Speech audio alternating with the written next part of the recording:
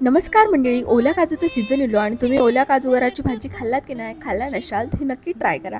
तर मी आमच्या बागेतून काजूगर आणलेले, हिरवे काजूगर, आणि ते असे विळीला तेल लावून मस्त असे कापून घेतले. त्याच्यानंतर असे कर काढून घेतले.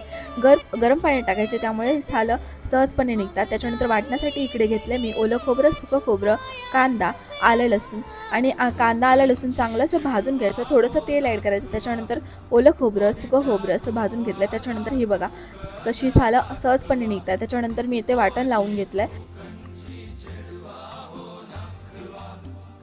आणि त्यानंतर कढईमध्ये तेल टाकून तमालपत्र, कढीपत्ता, कांदा, टोमॅटो ॲड करून चांगलं असं ढवळून घ्यायचं. त्याच्यानंतर त्यामध्ये मीठ टाकले आणि आपला मालवणी मसाला, गरम मसाला आणि लाल मिरची पावडर, त्याच्यामध्ये काजू ॲड केले आणि थोडासा बटाटा, आणि छान असं ढवळून घ्यायचं आहे. आणि त्याच्यानंतर आपण ॲड करणार आहोत गरम पाणी. गरम पाणी टाकलं की भाजी शिजण्यास लवकर मदत होते.